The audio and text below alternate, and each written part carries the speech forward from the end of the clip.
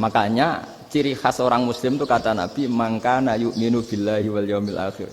Jadi baik tetangga karena perintahnya Allah dan Rasul. Pentingnya apa? Bedanya karena berbuat baik ini perintahnya Allah, mbok tonggo apik lah kita tetap apik karena perintahnya Allah dan Rasul.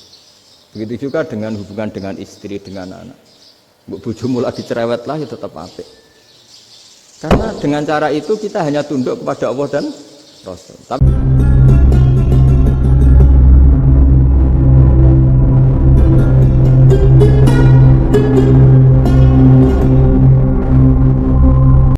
Bismillahirrahmanirrahim. Assalamualaikum warahmatullahi wabarakatuh. Kembali lagi bersama saya Mas Ali atau Kang Ali, tentunya di channel Santri Ngaji. Di kesempatan kali ini saya akan kembali menayangkan sebuah kajian ilmiah ngaji bersama Kiai Haji Ahmad Bahauddin Nur Salim. Nah, semoga di sini kita mendapatkan ilmu yang manfaat dan barokah. Tentunya kita ngaji bersama Gus Baha. Nah, di sini beliau menjelaskan tentang berbuat baik kepada atau sesama tetangga. Karena itu adalah perintah Allah Subhanahu wa taala. Nah, di sini saya memberi judul yaitu menjalani perintah, yaitu berbuat baik kepada tetangga. Nah, untuk itu jangan lupa tonton videonya dari awal hingga akhir dan jangan di skip ya, agar tidak gagal paham dan tetap fokus untuk menyimaknya.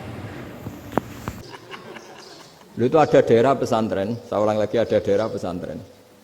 Didikon pengajian, monggo nekani pengajian, maca selawat ning omah yo ganjaran padha wae. Ribet kan? Mau dibantah itu benar, mau dibiarin ngerusak tatanan. Jadi saya mohon sekali ya, jadi ilmu itu diperbandingkan supaya perbedaan-perbedaan itu biasa. Dulu Imam Malik itu punya murid namanya Imam Syafi'i. Itu dalam banyak hal itu perbedaannya tajam sekali. Ya saya ulang lagi, dalam banyak hal itu perbedaannya tajam sekali. Misalnya begini, ini terakhir percontohan saya fikih, nanti dikaji sendiri. Ada seorang A'rabi, Ja'a A'rabiyun, ini di hadis sahih diulang-ulang di semua Al-Kutubus Sittah ada peristiwa ini. Ja'a A'rabiyun ila Rasulillah sallallahu alaihi wasallam faqala ya Rasulullah ahlaktu. Qala wa ma ahlakaka, qal wa qatu imraati fi nahari Ramadan. Ya Rasulullah, saya ini orang yang rusak. Kenapa? Saya ini hubungan intim sama istri saya ketika masih siang Ramadan. Singkat cerita, orang ini dihukum berat sama Nabi. Hukumannya adalah karena dia membatalkan puasa ketika dengan hubungan intim. Sama Nabi dihukum, kamu harus merdekakan budak. Wah, tidak mampu ya Rasulullah, saya tidak punya budak. Jadi ini bukti bahwa agama ini sangat sosial, sehingga sebagian kafaroh harus memerdekakan budak. Kamu kalau gitu puasa 2 bulan, yang baru puasa 2 hari aja kecelakaan, malah disuruh puasa 2 bulan. Ya sudah, kamu ngasih makan 60 orang miskin, saya ini orang paling miskin. Kok ini jadi sudah miskin, agak hiper lah orang ini, poso-poso kok gitu. Itu kata ulama, kalau orang Jawa gak mungkin, makanannya tempe mendoan, gak mungkin itu. Di Jawa itu nggak mungkin lah ada orang batal puasa karena hubungan intim. Ada istrinya nggak cantik, cerewet, sang lanang mangane mendoan, itu tidak mungkin, kecelakaan itu tidak mungkin. Tidak mungkin itu. Tapi kalau Arab mungkin karena makanannya daging. Singkat cerita, terus pertanyaannya gini, kalau batal biasa itu kan bayarnya puasa 1 hari. Kalau batal, tapi kalau batal pakai hubungan intim, pakai jima kalau dalam bahasa fikih itu kafarohnya berat, yaitu merdekakan budak atau puasa 2 bulan berturut-turut. Pertanyaannya gini, jima istri itu boleh loh tidak zina. Seorang jima istri itu boleh loh tidak zina, itu kan hukumannya berat. Nah terus Imam Malik berpikir kalau gitu tidak harus jima dong, poso-poso ora ono uzur ora ono apa terus nyate esuk mangan bakso tanpa ada alasan syar'i. Hukumnya harus sama dong, karena jima hukumnya boleh, berarti semua iftar, semua pembatalan puasa yang tidak ada udzur syara' maka hukumnya sama, yaitu sanksinya sama. Masuk akal enggak? Masuk akal dalam mazhab Imam Malik. Dalam mazhab Syafi'i enggak. Mulai dulu jima itu beda. Kayak mertamu nih gone wong, mangan iku oleh, tapi nak nggo bojomu mbok jima niku wis nemen ngawure lah. Tetep beda. Dari Imam Syafi'i itu pokoknya beda, jima sama makan itu beda. Lah ya terus setelah itu terus ada pertanyaan. Bagaimana kalau makan dulu baru jima? Ribet kan? Makanya itu sampai dibabkan Kitabul Khilafil Fiqhi, bab merekayasa fikih. Makanya itu perdebatannya orang Hanafi sama Imam Syafi'i juga sama. Ada orang jam segini lapar sekali, kalau langsung makan kan kena sanksi. Ya pergi aja dulu, pura-pura ngaji ke Gus Bah gitu. Nanti kan jadi musafir kan? Wah itu sudah boleh itu kan? Padahal enggak. Memang dia pergi itu karena supaya bisa makan. Wong enggak kepikiran ngaji kok tahu-tahu ingin ngaji. Mumpung Ramadan nah. Nah makanya dibabkan apakah boleh merekayasa fikih. Tapi fikih bisa apa coba? Dengan status kamu musafir, ya memang boleh iftar, boleh berbuka. Lah itu terus jadi terus perdebatan ulama menyangkut fikih. Karena memang masalah furu'iyah. Sehingga termasuk perdebatan kita dalam perilaku. Misalnya adat orang NU kalau habis salam itu menghadap ke kiblat karena arah terbaik itu kiblat. Tapi sebagian orang Muhammadiyah atau mungkin semuanya menghadap ke makmum. Itu memang teks hadisnya itu kita yang meneliti hadis itu semua syarah itu berdebat. Nabi memuji kiblat itu arah terbaik, oke. Tapi di bab itu Nabi itu aqbala alaina, menghadap ke kita. Lalu pertanyaannya, kenapa menghadap ke kita? Ada mengatakan karena Nabi memang punya tradisi kadang ngendikan. Ya tentu dulu istilahnya tidak kultum, nggak ada istilah itu dulu, 7 menit itu nggak ada. Tapi ada ulama yang analisis begini, termasuk kitab Fathul Bari. Nabi itu tokoh sentral, taruh lagi Nabi itu tokoh sentral. Ini kata kitab Fathul Bari, bukan kata saya. Nah orang-orang yang imamu kaumi, orang-orang yang jadi imam di daerah masing-masing, tetap kalau sholat itu ikut Nabi. Ikut Nabi setelah salam langsung pulang. Jadi sebetulnya salam langsung pulang itu ya ada sejarahnya karena dia mau jadi imam di daerahnya. Nah, tidak kebayang kalau Nabi itu madhep kiblat. Kalau Nabi madhep kiblat, orang yang masbuk yang barusan datang pasti langsung usolli misalnya fardhu isya'i misalnya. Terus makmum Nabi, padahal Nabi sholatnya sudah selesai. Jadi intinya gini kata Fathul Bari. Imam setelah salam itu harus bikin gerakan atau omongan atau apa saja yang menunjukkan kalau sholatnya selesai. Di antara gerakan itu adalah beliau harus menghadap ke hadirin atau menghadap ke utara. Atau apa saja yang penting menunjukkan kalau sholat ini sudah selesai. Itu fikih. Jadi fikih itu cara menganalisis itu memang unik. Karena kalau Nabi tetap seperti itu, posisi pancet seperti itu, maka orang yang baru datang mengira Nabi masih sholat. Nah, pertanyaannya kalau mereka sudah takbir, malah sholatnya tidak sah. Kenapa tidak sah? Menggantungkan sholat atau mengikatkan sholatnya dengan orang yang sudah tidak sholat. Jadi menjadikan orang yang nggak sholat sebagai imamnya kan nggak boleh. Maka Nabi harus memaklumatkan dengan gerakan itu bahwa beliau sudah tidak sholat. Karena orang datang dari berbagai daerah. Jadi nganalisis fikih, fiqhul hadis namanya. Itu ulama itu mau tidak mau debat. Karena pertanyaannya itu kenapa? Ya memang mau apa? Karena yang namanya sosial itu yahtamilu muhtamilatin, ada sekian kemungkinan. Makanya dalam madhab istimbat itu, ketika Nabi sodakoh pakai tamer, pakai kurma, itu ulama mesti ngitungnya tuh kut. Kut itu makanan pokok. Sehingga Imam Syafi'i mengatakan kalau di Indonesia pakai beras misalnya, karena kutil balat Indonesia itu beras. Oke, Imam Syafi'i mainstream. Tapi ketika era Yusuf Qaradawi di Al-Azhar di Mesir sana, ulama-ulama mulai usil. Sama sih ingat Mbah Mun sering gojlokan, lah iya, petani gabah, petani padi, wis melarat wajib zakat. Petani cengkeh, kakao, suga-suga wajib zakat hanya karena yang ditanam tidak makanan pokok. Jadi mulai ada ulama mulai gerah lah, kalau bahasa politiknya mulai gerah. yang petani miskin gara-gara yang ditanam padi wajib zakat. Yang orang-orang di sana misalnya di Sulawesi karena tanamannya kakao atau cengkeh tidak wajib zakat karena bentuknya tidak tidak makanan pokok. Geger kan di Al-Azhar geger. Akhirnya hampir semua ulama berpendapat ya sudah sekarang ketika Nabi menzakati makanan pokok itu jangan dihitung sebagai makanan pokok. Wa mimma akhrajna lakum minal ard. Apa saja, ma itu apa saja. Makanya kata Yusuf Qaradawi, ma itu apa saja. Makanya semua tanaman yang menghasilkan uang itu wajib zakat.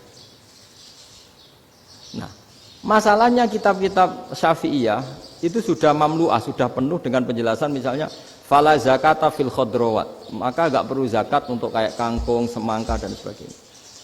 Nah, lalu kiai-kiai angkatan modern kayak Mbah Mun itu sering dapat masukan. Saya pernah dengar sendiri. Yai, saya ini punya sawah 1 hektar, tak tanamin padi, itu nggak pernah kaya saya. Sekarang tak tanamin kangkung malah saya kaya, karena tiap 3 hari panen tak kirim ke Jakarta. Itu orang Indramayu yang tanya.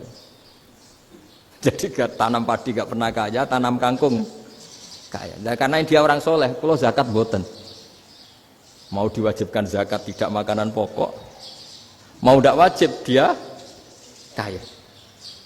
Semenjak itu perubahan di Indonesia ikut. Akhirnya ada zakat, pokoknya asal tanaman yang 1 nisab ya wajib zakat. Masih ada debat lagi. Ketika nanam ingin dipanen, itu dia petani apa pedagang? Karena nanti perdebatannya ikutnya zakat zuruk, zakat tanaman apa zakat pedagang. Kalau sampean nggak pernah debat berarti sebenarnya Anda tidak dosen Islam ini.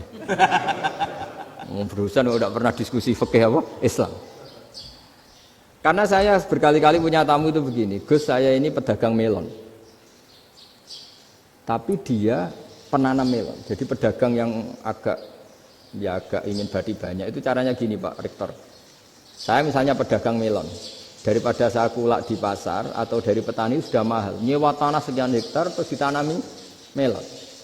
Setelah berhasil ini dia zakatnya tanaman apa zakat pedagang?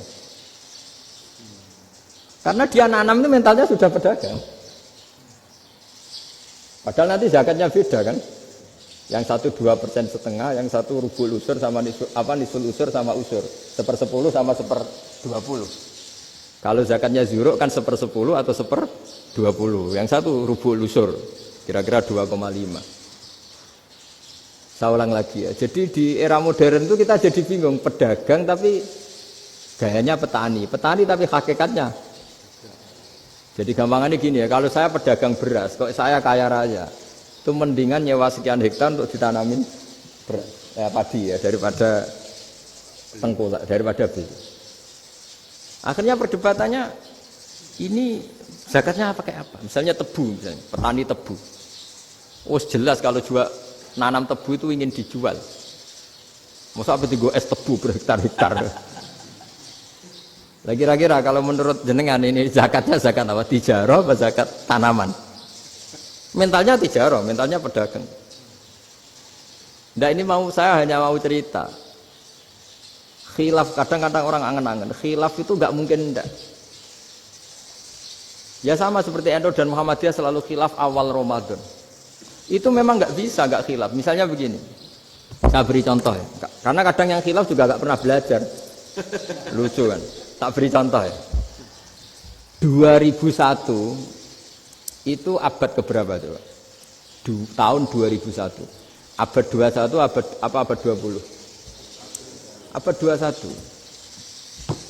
Jadi meskipun terpaut 1 tahun, padahal abad itu 100 tahun. Nah, pikirannya orang-orang Muhammadiyah seperti itu. Hilal kalau sudah melewati garis ufuk, meskipun setengah derajat atau 1 derajat itu sudah ikut bulan berikutnya. Sehingga ya sudah meskipun sekian derajat sudah dianggap Ramadan. Nah pikirannya orang NU enggak. Harus ru'yah bil fi'li. Itu sebetulnya lagi-lagi sebenarnya enggak masalah NU dan Muhammadiyah, itu di kitab-kitab ya seperti itu. Kita ini enggak biasa goblok ya. Artinya kita yang keluarga kiai tahunya kunut mazhab Hanafi, enggak kunut mazhab Syafi'i. Tapi tahu-tahu ini mazhab NU, ini mazhab itu aneh itu menurut kita ini anggap apa? Mana ada Muhammadiyah jadi mustahid, mana ada NU jadi mustahid. Jadi sebetulnya orang tahu semua lah kalau Abu Hanifah itu tidak kunut, Imam Syafi'i itu kunut. Imam Syafi'i pernah main di masjidnya Abu Hanifah ya tidak kunut, ditanya kenapa tidak kunut? Jenengan itu presiden kunut, tidak sanggup mati Abu Hanifah. Dulu dia biasa aja. Sekarang geger, ya karena tidak punya kegiatan. Sebenarnya itu nggak masalah, mulai dulu biasa. Saat teruskan ya. Nah, menurut mayoritas ulama nunggu ru'yah bil fi'li. Ru'yah bil fi'li itu gini. Mata telanjang bisa melihat karena agama ini menggantungkan perintah itu sama melihat. Kalau kamu tidak melihat itu bagaimana kena hukum? Ibarat gini, Pak Rektor datang ke rumah saya tapi saya nggak tahu. Kena nggak saya hukum harus menghormati? Dia datang nggak sembunyi-sembunyi. Saya kena hukum harus menghormati ya kalau melihat, kalau enggak ya enggak. Tapi Pak Rektor tetap bilang, tapi saya hakikatnya datang, jadi saya datang saja. Itu kan ribet. Akhirnya ya sudah, itu nggak ada khilaf sampai mati ada khilaf karena yang satu menggantungkan hukum itu digantungkan sama tahu. Kalau tidak tahu ya, misalnya baju saya ini hakikatnya ada najis, pas sholat saya tidak tahu. Sholat saya sah apa enggak? Sah. Karena hakikatnya, ya memang saya tidak tahu. Tapi hakikatnya ada najis apa enggak? Ada. Ya sudah, itu sama-sama masuk akal. Ada lagi khilaf yang senam otak. Fasyamu salasati ayamin fil haji wa sab'atin idza raja'tum. Singkat cerita ada satu pelanggaran haji yang kata Allah kafarohnya itu puasa 3 hari sama 7 ketika kamu pulang, idza raja'tum, ketika kamu pulang. Dalam mazhab Syafi'i yang namanya pulang itu yang haji sudah sampai rumah. Di mana-mana pulang itu ya sampai rumah. Dalam mazhab Abu Hanifah enggak, ketika orang sudah balik kanan dari Arab Saudi, dari Mekah, ya namanya sudah pulang. Misalnya gini, ini Pak Rektor pamit saya, Pak Haris. Gus, Pak Haris mana? Ya sudah pulang kata saya, padahal sampai pandangan sampai depan. Tapi bagi keluarganya belum pulang. Lalu idza raja'tum ketika pulang itu bahasanya siapa? Bahasa istrinya apa bahasa yang ditamoni? Kamu ditamoni orang, terus tamunya mana? Sudah pulang. Tapi tanyakan istrinya, belum pulang. Jadi khilaf-khilaf gini kok jadi geger itu kan goblok banget maksud saya itu. Jadi biasa, gini itu biasa. Jadi ya karena memang ini bukan masalah akidah, ini masalah furu'iyah, masalah fikih itu masalah furu'iyah. Mau tidak mau harus beda. Misalnya di sholat juga gitu. Wa ayu qu'udin qu'adal musolli sokat sholatu. Duduk dengan gaya apapun itu sholatnya sah. Jika sampean kalau haji atau umroh, orang Arab itu jenenge duduk ngenak awak di kursi. Duduk sopan ya hanya orang Indonesia loh. Kalau sholat itu masih duduk ala orang tahiyat. Kalau sampean di Mekah, duduknya pakai apa coba? Kursi ya? Oh enak sholat duduk. Karena memang takbirnya di fikih dengan duduk gaya apa saja sah. Makanya sengenak awak duduk di kursi. Ribet kan? Mau tidak disahkan itu namanya duduk. Mau disahkan masa iya soal Allah kok duduk santai-santai gitu. Tapi mau apa? Ini fikih. Ya saya ulang lagi ini fikih. Fikih itu ya sudah ini fikih. Makanya kalau ulama berdebat misalnya Abu Hanifah berpendapat sholat itu wajib baca Fatihah apa asal Quran. Dalam mainstreamnya ya Fatihah karena la sholata liman lam yaqra' bi Fatihatil kitab.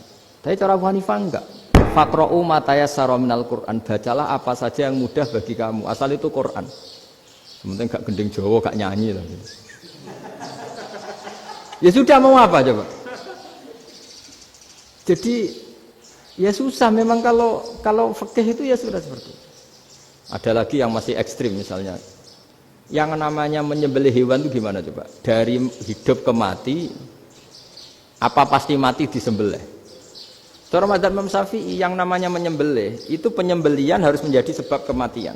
Itu yang sah. Seorang lagi penyembelian menjadi sebab kematian yang syar'i.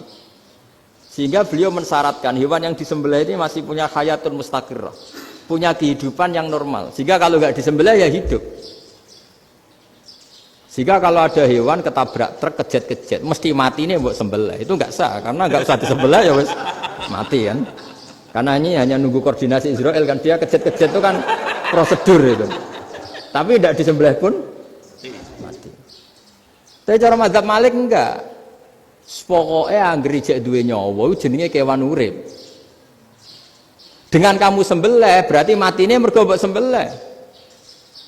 Meskipun nanti ya nggak usah disembelih ya mati. Coba hitung secara ilmu matematika. Kalau nggak disembelih hidupnya 5 menit. Gara-gara kamu sembelih hidupnya langsung mati. Terus dia matinya, cara di persidangan matinya disebabkan apa? Disebabkan disembelih apa kecelakaan? Loh, ya debat toh kamu. Sama-sama UMM aja debat.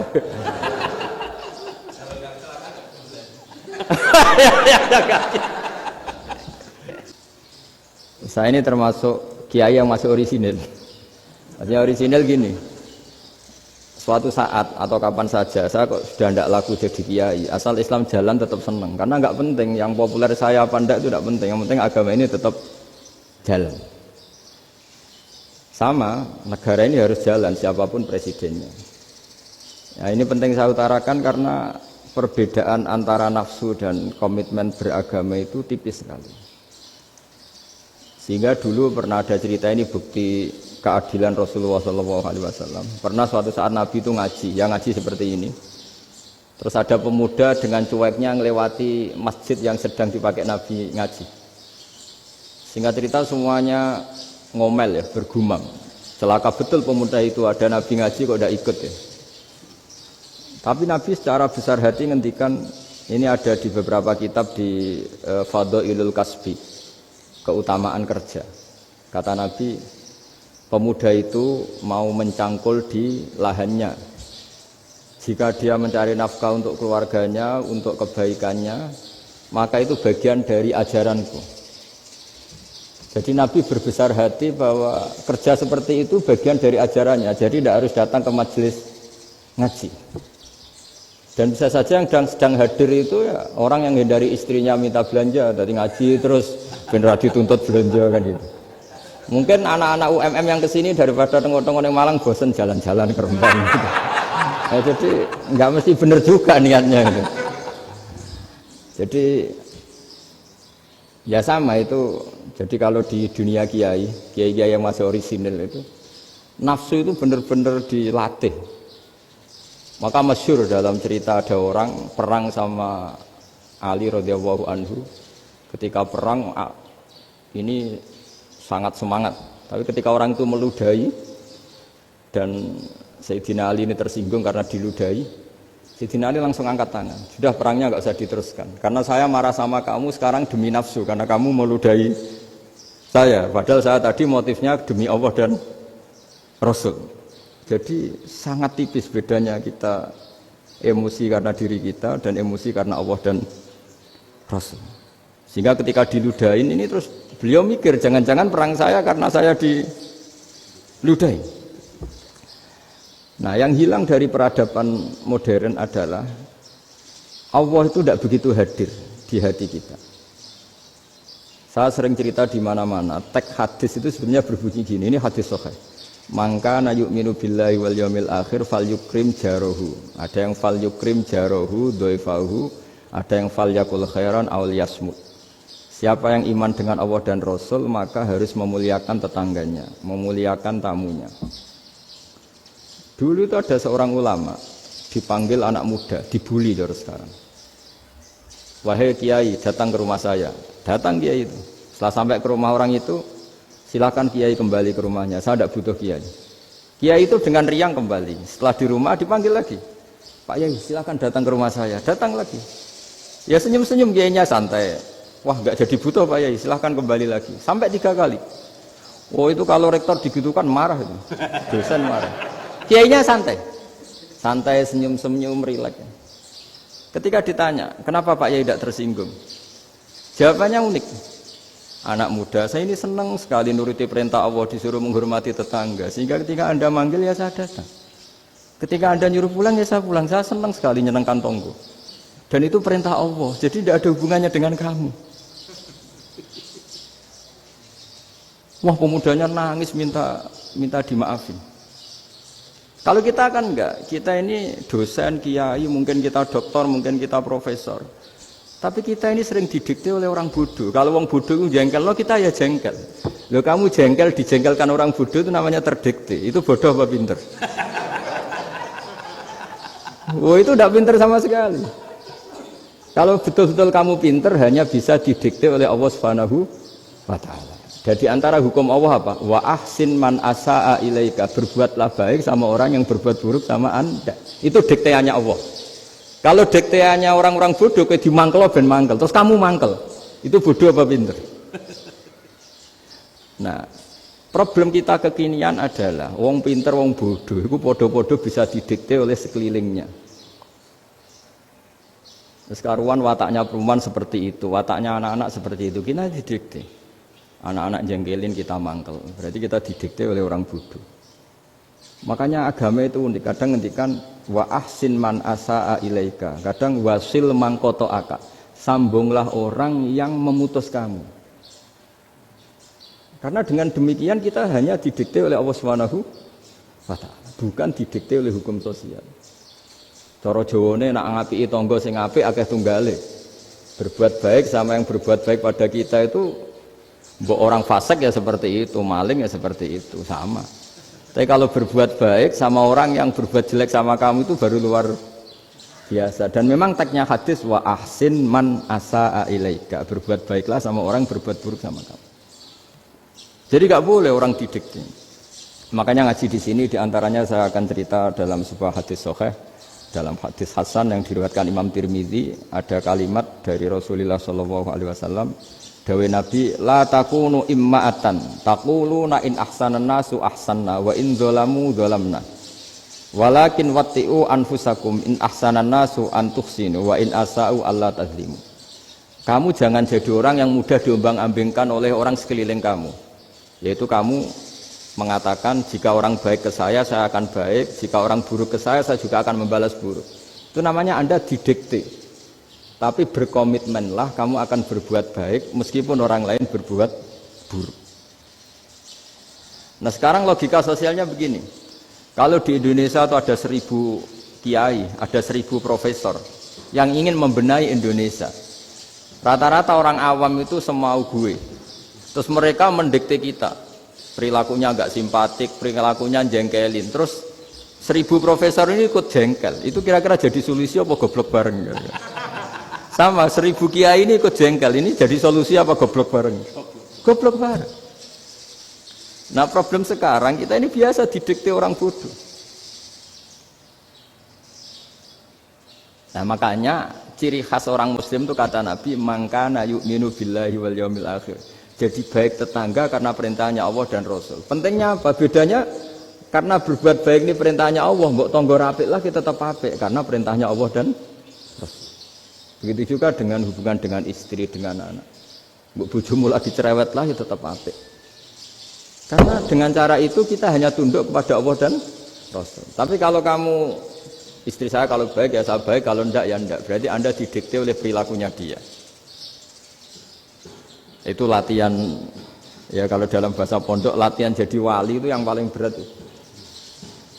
Nabi itu kalau sama orang munafik itu sabarnya Masya Allah. Padahal Nabi berso kalau orang itu orang munafik. Karena dengan cara seperti itu, bahwa kebaikan Nabi pada seseorang itu atas perintahnya Allah dan Rasul, bukan atas nama servis. Kalau Nabi hanya baik kepada Abu Bakar, itu mungkin orang bilang, sadune wong Abu Bakar baik sama Nabi. Tapi kalau Nabi baik sama orang munafik, Abdullah bin Ubay bin Salul, itu kalau nggak perintahnya Allah dan Rasul itu nggak bisa. Nah ini cobalah berlatih seperti itu, sehingga kita tidak mudah didikte. Ya saya ulang lagi, nggak mudah apa? Didikte. Maka di antara kebaikan Allah dan Rasul adalah bahkan orang dolim saja diberi jatah rahmat. Makanya tadi seperti mukadimah yang dibaca Pak Haris tadi, agama ini rahmatan lil alamin. Orang yang dolim saja dapat jatah apa? Rahmat, apalagi yang soleh. Nah kemudian yang perlu dicatat, kenapa kita menjadi enjoy dengan Islam? Islam itu adalah agama yang tidak didikte oleh materi. Jadi kalau Anda ingin makan enak, mungkin kalau pikiran kebanyakan orang, anak-anak muda yang milenial, yang gaul, ingin makan enak ya makan yang disukai. Misalnya sate atau bakso Malang atau apa. Kalau orang-orang yang jadi wali nggak gitu cara berpikir. Ini yang masih orisinil. Ditanya, ini dunia baru kesulitan makanan, baru resesi. Cara makan enak gimana? Jawabannya lucu. Ya gampang, idamuhu alju. Idam itu lauk. Kalau kamu ingin makan lauknya paling enak apa? Alju. Kamu harus lapar banget. Sampai kalau puasa itu melihat tempe itu wah luar biasa. Tapi kalau kamu nggak puasa, air putih itu nggak menantang. Tapi kalau puasa, tempe air putih itu menarik dan Anda tetap lahap. Apa? Karena lauk terbaik adalah alju, yaitu lapar. Nah tapi kita ini enggak, kita ini kayak orang bodoh. Kayak orang bodoh tadi, profesornya makan nyaman ya kalau sesuai selera. Nah itu kan sama dengan anak-anak ABG. Anak ABG itu makan lahap ya kalau yang disukai. Lalu bedanya apa ABG sama profesor? Kalau cara berpikir masih sama kan itu.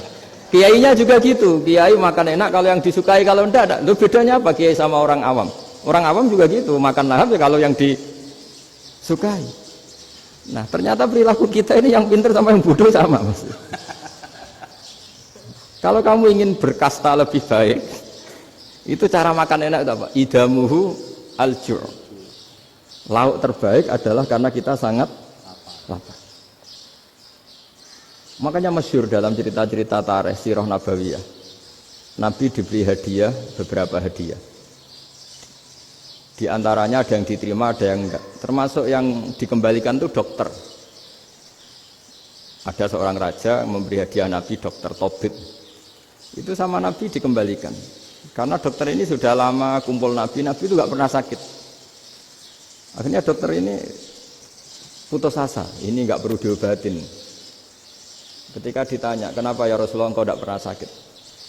Karena kita ini kaum, kita ini komunitas masyarakat yang tidak akan makan kecuali lapar. Dan kalau sudah makan, berhenti sebelum kenyang. Jadi sederhana sekali pengobatan zaman Nabi. Sebagian besar penyakit itu pasti disebabkan kita ceroboh dalam hal makan. Sudah ngerti kalau durian masalah, kalau makan durian enggak kehitung gitu, apalagi kalau gratisan itu tambah banyak gitu. Pola tidur juga gitu kata Nabi, dan kita tidak tidur kalau tidak sangat ngantuk. Nah itu namanya orang-orang soleh yang sudah ada didikte materi. Kalau yang didikte materi kan bisa tidur nyenyak kalau kasurnya enak, AC gini-gini. Sebenarnya enggak, tidur enak itu ya kalau sangat ngantuk. Mbok di gudang, mbok di bis, kalau sangat ngantuk ya semuanya ya enak. Sama, mbok lapar, mbok hanya tempe, tapi kalau sangat lapar itu ya enak. Nah ini ilmu yang mulai hilang, ilmu-ilmu yang mulai hilang. Nah, cara ibadah juga gitu. Kita ini kan, saya ini punya bapak kiai, mbah kiai, punya guru yang sangat alim ya seorang kiai Kiai Memun. Itu dulu kita pengkaji ilmu, itu tidak pernah tahu bedanya NU dan Muhammadiyah.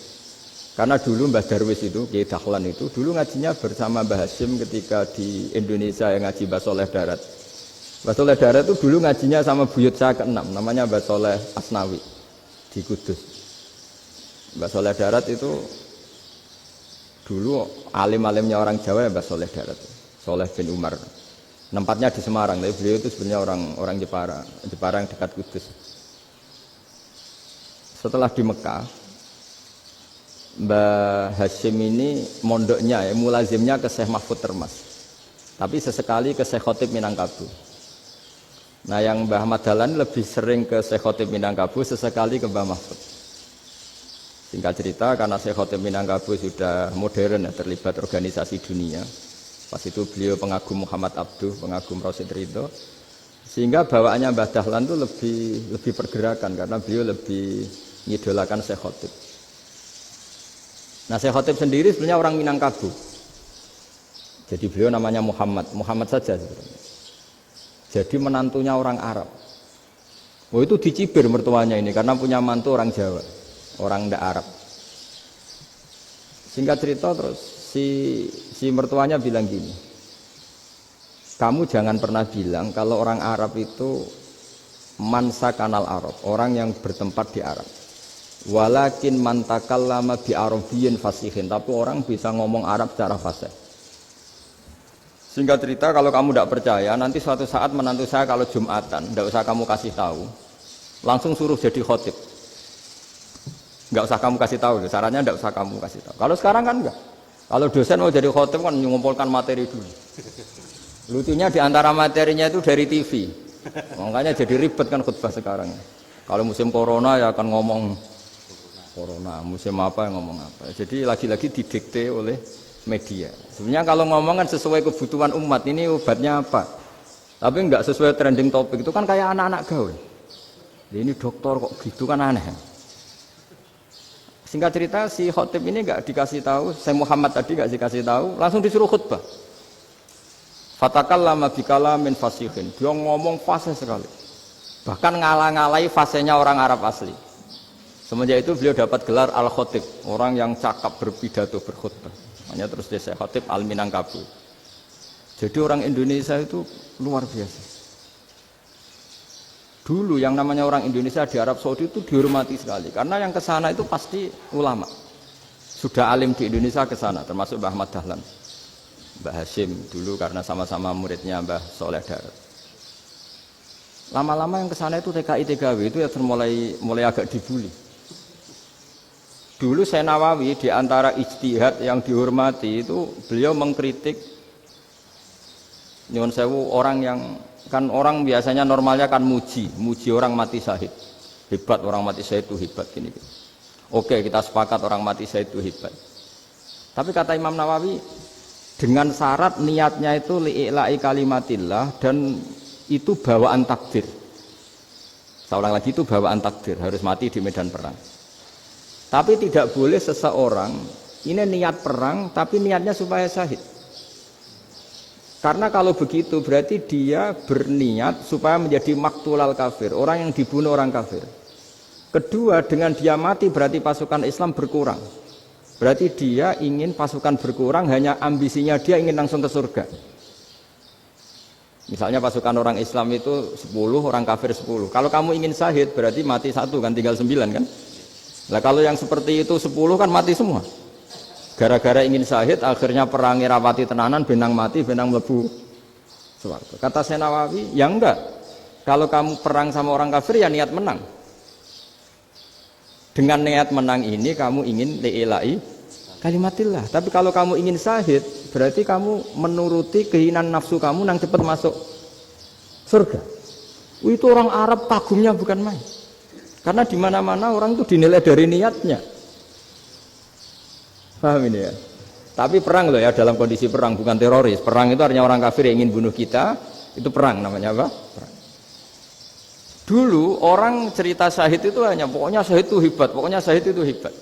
Syahid di medan perang itu hebat, pokoknya syahid di medan perang hebat. Tapi ketika Syekh Nawawi memberi penjelasan ilmiah, jika kamu perang ingin cepat mati, ingin cepat syahid, artinya ini untuk pemenuhan diri kamu, karena kamu bayangkan langsung masuk surga. Kamu lupa bahwa dengan kamu dibunuh, kekuatan Islam berkurang. Akhirnya beliau memberi penjelasan, syahid itu bagus, itu sebagai takdir. Hanya takdir itu kita perang yang ingin menang, tapi takdirnya mati. Jangan dibalik, oleh perang rapati tenanan, benang mati, namun lebu. Itu yang pertama, termasuk ulama yang pertama memberi penjelasan itu Syekh Nawawi. Akhirnya melahirkan kekaguman yang luar biasa dengan tafsir Munirnya itu. Terus beliau itu orang yang rileks kalau menjelaskan ilmu. Ini ya juga guru-gurunya Mbah Hashim, Mbah Guru sama Mbah Hashim, sama Mbah Ahmad Dahlan Syekh Nawawi itu. Jadi dulu yang alim di Arab itu ada Syekh Nawawi, ada Syekh Khotib Minangkabau, ada Syekh Bakir Jogja, ada Syekh Mahfud Termas. Itu orang Indonesia banyak sekali yang alim. Bahkan diantaranya yang dikagumi Al-Azhar itu juga orang Indonesia, nama Syekh Abdul Manan, itu mbahnya Syekh Mahfud Termas. Itu pertama ada duta besar Indonesia di Mesir, itu termasuk barokahnya Mbak Abdul Manan tadi, itu juga orang Indonesia. Jadi pemahaman ulama Indonesia itu khas, termasuk ketika memaknai apa?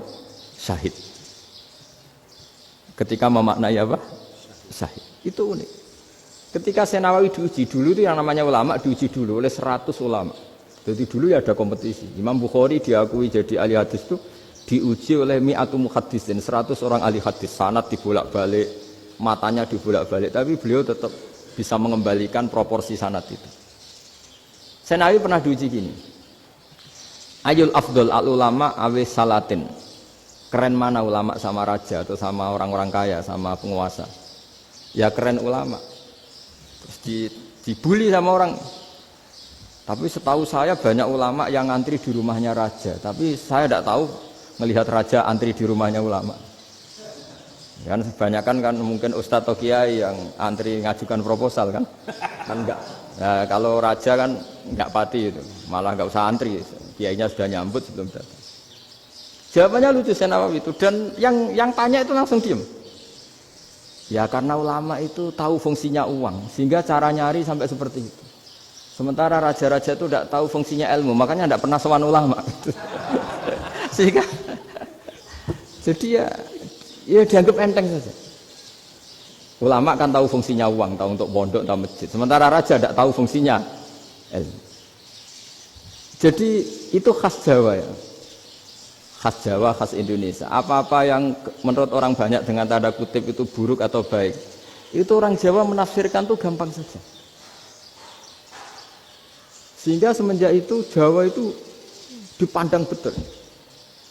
Saya punya kitab namanya Qadhayal Haji wal Umrah. Itu terbitan Hayatul Ulya Arab Saudi, milik Wahabi. Itu diantara fatwa yang dipakai untuk solusi muskilatul haji, problem-problem haji kekinian. Itu fatwanya syekh-syekh yang dari Indonesia, termasuk Syekh Khotib Minangkabau, Syekh Nawawi Banten, Syekh Bakir Nur Jogja. Misalnya begini, dalam fatwa-fatwa yang menyulitkan kita ya, sampai sekarang jadi perdebatan. Ketika Safa dan Marwah itu dengan batas tertentu, saya ulang lagi dengan batas tertentu, mau tidak mau atas nama kebutuhan, itu kan butuh perluasan. Karena kalau naik turun itu mudah disepakati ulama. Jadi misalnya gini ya, saya punya tanah seluas ini. Pasti orang akan mengatakan sampai bawah ya tanah saya, sampai atas tanah saya. Itu mujma' alaih, itu disepakati. Sehingga Nabi ngendikan al-Ka'bah min tuhumil ardi ilas sama Ka'batun. Ka'bah sampai ujung bumi, sampai ke aras semuanya Ka'bah. Sehingga tidak ada perdebatan ulama ketika Masjid Haram ditingkat, kemudian yang di atas sholat. Tetap dia menghadap Ka'bah. Tidak harus diluk melihat di bawah, enggak. Karena Ka'bah sampai langit. Sama, tanah Anda kamu tingkat sampai 10, enggak ada tetangga protes. Karena bawah sampai atas tanah Anda. Tapi kalau diperluas, tanah Anda kamu luaskan setengah meter saja atau 3 cm saja, iso geger mbek tonggo. Karena di mana-mana batas itu ya tadi, kalau atas bawah miliknya, kalau samping enggak. Pertanyaannya, perluasan Mina itu ke samping. Perluasannya Matof yang Mas'a itu juga ke samping. Geger kan ulama dunia. Bagaimana hukumnya Mina Jadid? Mina yang diperbarui atau Mina yang diperluas. Itu diantara rujukan baik yang membolehkan maupun yang menentang. Itu ya syekh-syekh Indonesia. Itu orisinal tuh. Saya punya kitab orisinal terbitan Hayatul Ulya, kira-kira ya kemenaknya Arab Saudi kalau di Indonesia itu. Itu yang dirujuk dawuh Syekh Nawawi, dawuh Syekh Khotib Minangkabau. Karena apa? Ada logika khas Jawa. Misalnya begini. Meskipun saya tidak perlu fatwa Mina Jadid sah apa enggak, memang jadi perkhilafan ulama. Misalnya kampung ini dinamai Mina. Pertanyaannya gini, tanah yang di samping ini bisa milik Anda apa enggak? Ya bisa Gus kalau dibeli atau dihibahkan. Berarti tanah di samping Anda menjadi milik Anda karena ada proses pengambil alian lewat beli maupun hibah. Nah masalahnya ini negara itu berhak menganeksasi atau memasukkan ini sebagai Mina. Itu ulama Jawa kalau ditanya, alasannya apa? Fa innal muttasila bisyai' hukmu dzalika syai'. Karena yang gantet, yang mutasil itu bisa dihukumi seperti sesuatu itu. Jadi kalau ini Mina, ya yang gantet Mina ini ya bisa dikatakan Mina. Beda dengan membuat Mina Malang Mina, wah itu tidak bisa, tidak mutasil kan? Itu Enteng sekali ulama Jawa. Satu ya tentu karena kebutuhan, tapi asal masih al-muttasilu bihi, yang masih tanah yang masih mutasil dengan. Nah, ketika perluasan mas'ah antara sofa dan marwah kan misalnya ini batas luasnya sofa, ini batas luasnya marwah. Lalu atas nama kebutuhan, sofa marwah itu sampai sini. Sampai agak meluas ke sini. Itu geger Arab Saudi. Wah, ini gimana? Padahal tawaf itu harus antara gunung Sofa dan gunung Marwah. Sa'i itu ya. Tapi kalau istilah Quran memang tawaf sama-sama. Makanya apa? Inna Sofa al-Marwata min sya'airillah faman hajjal baita wa i'tamara fala junaha alaihi ayyat tawafati. Nah, jadi kalau istilah sa'i di Quran itu masih tawaf. Karena harus ada, kalau bisa lah, bukan harus. Kalau bisa memang harus ada unsur muternya. Kita kalau sa'i kan dari sini Sofa sampai sini Marwah. Terus kan agak muter ke sini. Nah, kan agak membentuk lingkar, nah, makanya Quran tetap mengistilahkan apa? Tawaf. Jadi bukan sini ke sini terus sini ke sini kan enggak, tapi sini sampai sini terus muter kan, terus sini. Jadi antara setar dan selama ini prakteknya kan gitu ya. Sofa ngambil sini, terus ke sini, terus agak muter. Nah, karena ada unsur agak muter ini terus orang menyebut apa? Tawaf. Tapi itu bukan syarat sah, ini cerita ideal. Saya ulang lagi ya. Gunung Sofa itu puncaknya atau pucuknya kalau dalam bahasa Jawa itu ya hanya segini, ini sampai sini. Nah, kelompok Islam yang fikih keras nggak boleh diperluas karena Allah memilih tempat ini itu spesial, jadi nggak boleh ke yang lain. Tapi ketika kebutuhan mendesak, mau tidak mau harus diperluas. Itu jawabnya Kiai Jawa lucu. Gunung sing ketok iku sing dhuwure tok. Sikilane luwih ombo. Jadi karena kita kan gunung kan bentuknya gini. Nah, sofa yang kecil itu yang atasnya, tapi sikilannya sini kakinya lebih luas. Jadi boleh perluasan asal tidak melebihi kakinya. Nah, dihitung ya lebih luas. Jadi Kiai Jawa itu kayak wong delok gunung Penanggungan, kayak gunung Arjuna. Di mana-mana puncak gunung itu lebih kecil timbang kakinya. Artinya diperluas ini bukan berarti tidak di sofa dan tidak di... Itu khasnya Jawa. Jadi jangan kira orang Jawa itu udah hebat-hebat sekali. Termasuk perkembangan hotel di Arab Saudi. Itu dulu sebelum ada hotel. Buyut saya kelima atau keenam dulu haji, namanya Badur Rahman. Itu kalau mau ingin apa ya, menghindari terik matahari itu masuk gua. Itu masuk gua itu hanya separuh badan, kakinya di luar. Jadi jangan bayangkan kalau gua di Indonesia kayak gua Akbar di Tuban orang bisa masuk jalan-jalan, enggak. Gua di Arab itu kayak cepitan batu, tidak sampai masuk.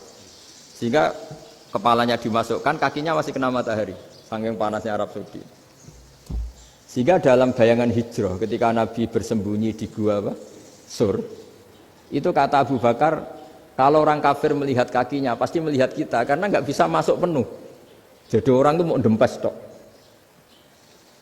Sehingga ya kira-kira luasnya gua ya paling segini. Makanya guyonannya kiai-kiai itu untung nggak kayak gua Indonesia. Kalau kayak gua Indonesia laba-labanya capek karena luas sekali. Jadi jangan bayangkan gua Arab tuh kayak gua Indonesia. Makanya bayangannya andai kan orang tuh melihat ke bawah pasti melihat kita karena orangnya nggak bisa masuk penuh. Nggak bisa masuk 100%. Ya kayak cepitan batu lah mirip. Itu kan mirip Gunung Uhud. Gunung Uhud kata Rasulullah nanti kalau kamu perang itu di atas, menang atau kalah di atas. Musuh biar di bawah. Dengan di atas kamu bisa manah. Jangan bayangkan kayak Gunung Merapi, kayak Gunung Penanggungan. Lah kalau Gunung Penanggungan manah ke bawah yang leyang kan? Jadi gunung di Arab itu kayak bukit. Ya sampean pernah kan ke Uhud itu ya sama ini aja tinggi ini kan. Lah ini yang mulai ada mis. Makanya nerjemah itu susah di Indonesia. Karena jabal itu udah harus tinggi. Kalau tinggi nggak bisa manah dari atas ke bawah kan nggak ngefek kan.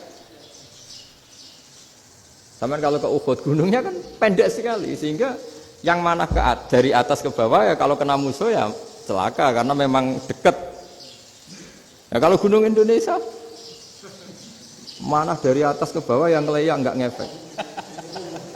Nah itu susahnya nerjemah bahasa Arab ke kita. Jadi apa ya? Transkrip itu nggak gampang karena ada pengertian yang beda. Kita kalau bilang gunung itu tinggi sekali. Sampai banyak mahasiswa tersesat ya saking tingginya. Kalau orang naik Uhud nggak akan tersesat, wong ketok dari bawah itu. Nah ini pentingnya ngaji ya. Jadi akhirnya ulama-ulama Indonesia itu dipakai rujukan. Jadi mulai Mbah Hasyim, Mbah Ahmad Dahlan sampai era buyut-buyut itu masih orang alim. Lama-lama yang di Indonesia ini orang-orang yang bodoh. Sehingga orang Jawa kalau ke sana dibully, ya Jawa tak kuluh kaya. Orang Jawa itu penggaweane itu mangan ulo, makan ular. Karena belut itu kalau di kamus itu persis ular. Dulu itu kan kamus tidak full color. Gara-gara gak full color, gambar belut sama ular itu sama. Belut itu belut sama ular kalau nggak full color gambarnya sama apa enggak? Sama. Terus orang Jawa itu kan masih banyak yang makan bajing itu apa? Ketupai. Bajing kalau digambar tidak full color sama dengan tikus. Gambar yang tidak warna. Hitam putih. Sehingga kita ini dibully pemakan tikus dan pemakan ular. Karena belut itu persis ular kalau digambar yang tidak full color. Sampai datang Syekhona Khalil, datang ulama. Ngarang kitab ya judulnya Al-Belut. Karena enggak terima bangsanya dinyek makan apa? Ular. Terus dikarang. Wal belut hayawanun bakhriyun, terus ya isu fi kadza wa kadza. Itu beda dengan al-hayyah. Itu diterangkan. Mulai bisa nerima. Terus sistem hotel juga gitu. Sampai tanyakan dalam sejarah dulu orang Sedayu ada namanya Syekh Mukhtar. Syekh Mukhtar bukan bikin rumah besar yang siapapun orang Indonesia haji itu nempat di sana. Nah ini yang menginspirasi akhirnya ada hotel. Dulu Syekh Mukhtar hanya menyediakan untuk hujat-hujat Indonesia. Lama-lama jadi hotel. Tidak mau saya mau cerita. Kata Mbah Mun sering cerita. Kenapa wa ma arsalnaka illa rahmatan lil alamin, kata Mbah Mun, Allah itu pasti bikin ulama yang tidak produk Arab itu pasti ada. Kalau orang Arab jadi ulama wajar, bahasanya Arab, domisilinya di Arab.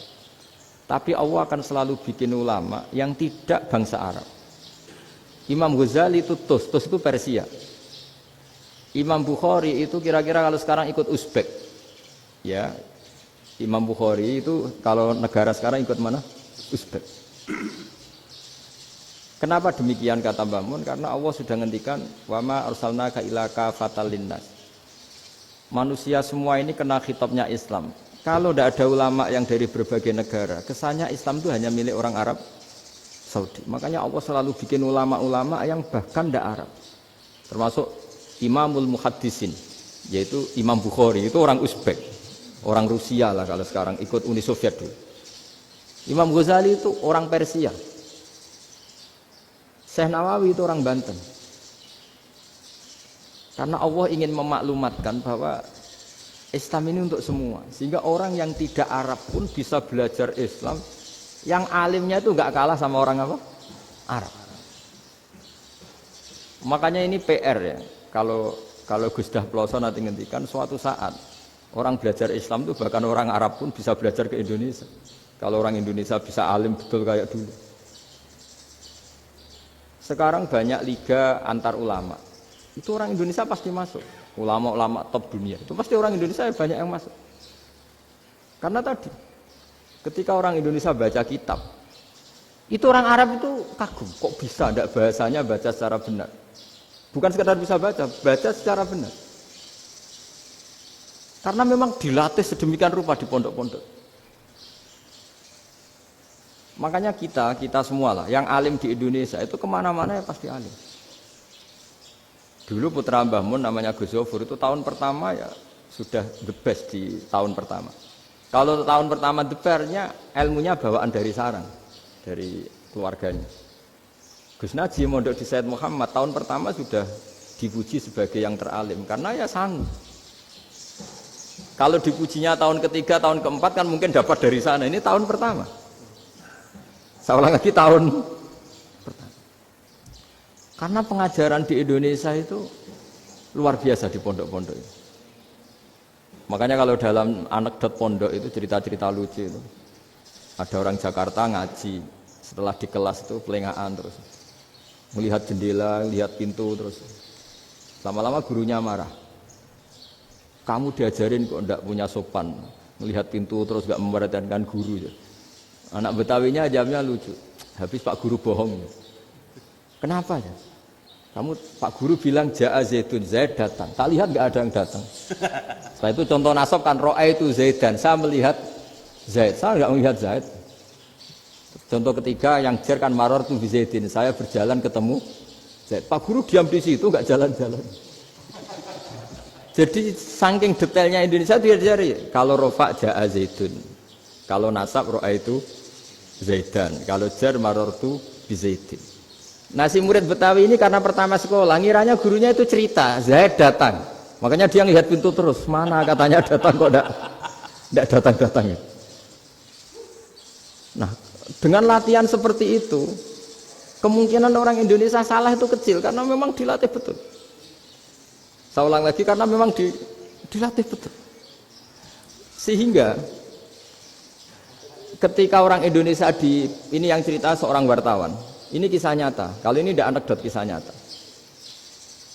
Ada wartawan internasional ngeliput Ramlah. Ramlah itu di Gaza, di Palestina. Wartawan Indonesia ini hanya bisa bahasa Inggris. Dijak ngomong bahasa Arab. Terus dia bilang saya tidak bisa. Saya tidak bisa. Saya bisanya ngomong Inggris.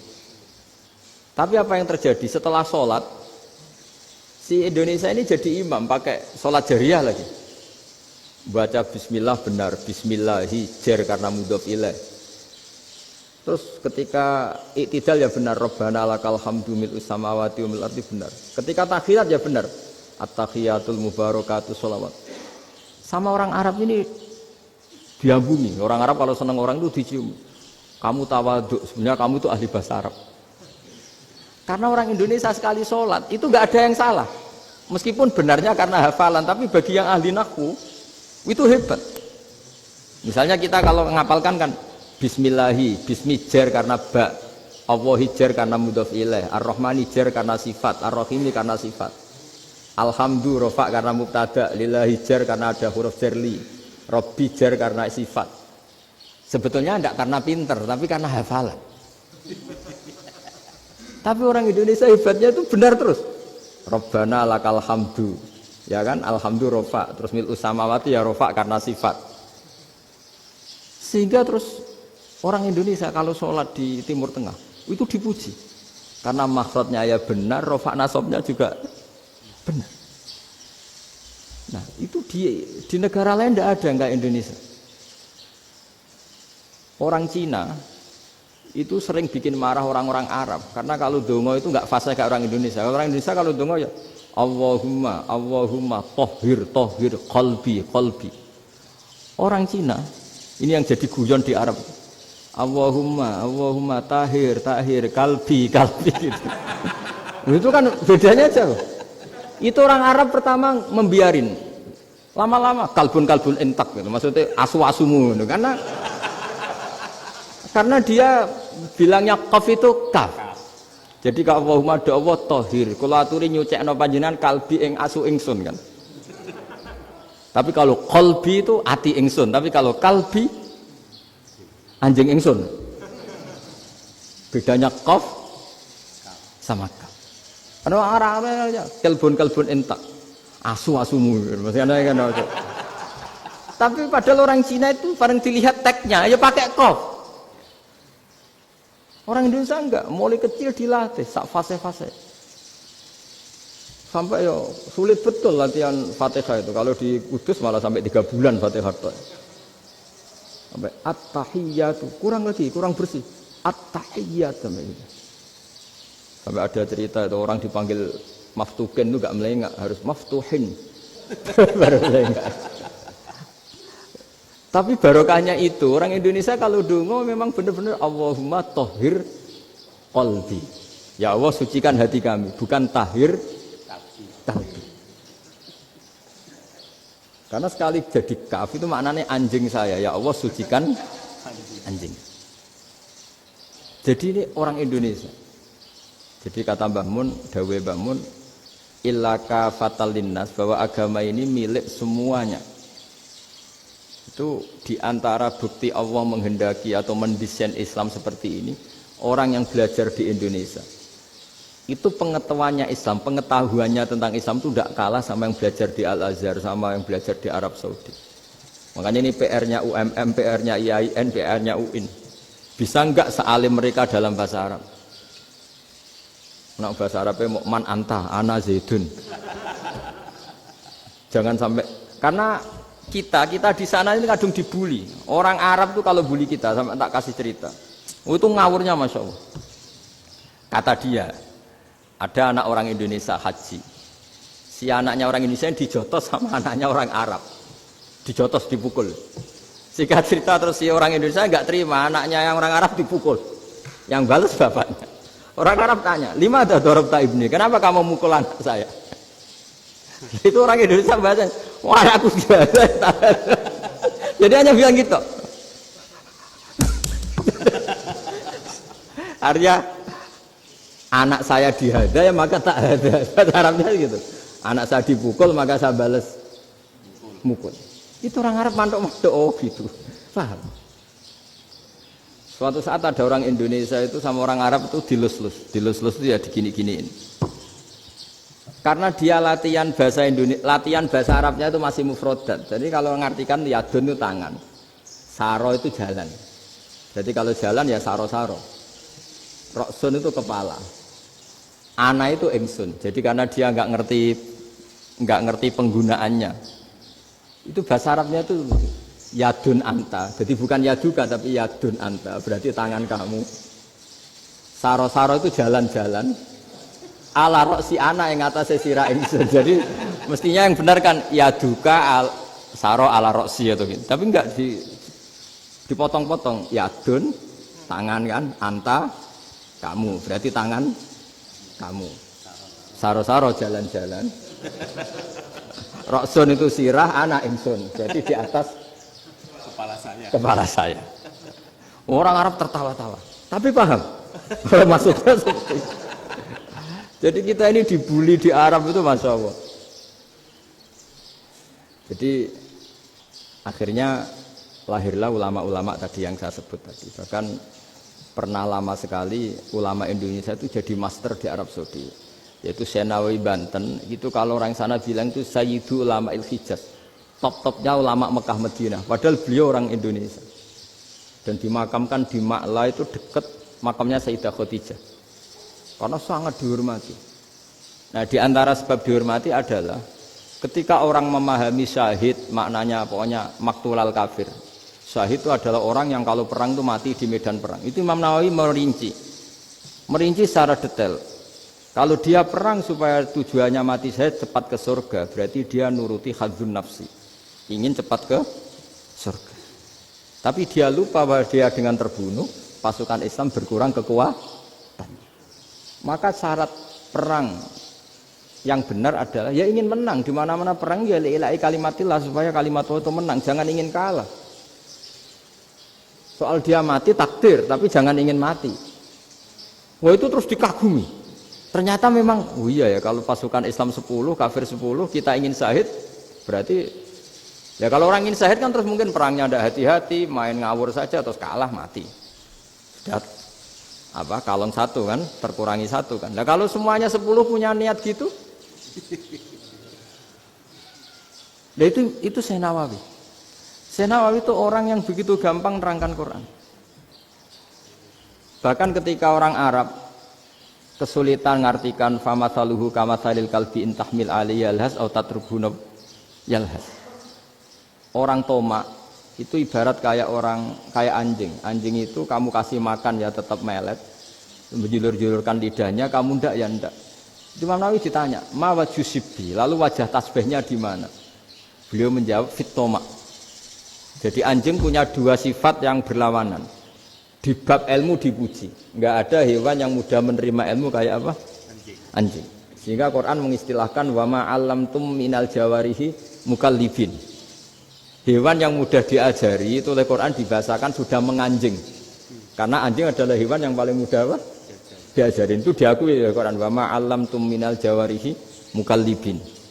Nggih, ngoten mawon. Assalamualaikum warahmatullahi wabarakatuh.